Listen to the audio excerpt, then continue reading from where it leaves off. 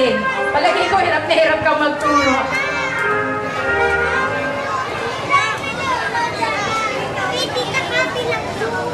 Taon-taon po, nagbibigay kami ng munting alaala at Certificate of Loyalty Award sa mga magulang na nakapagpaaral na po sa amin ng 3 o higit pang mga anak.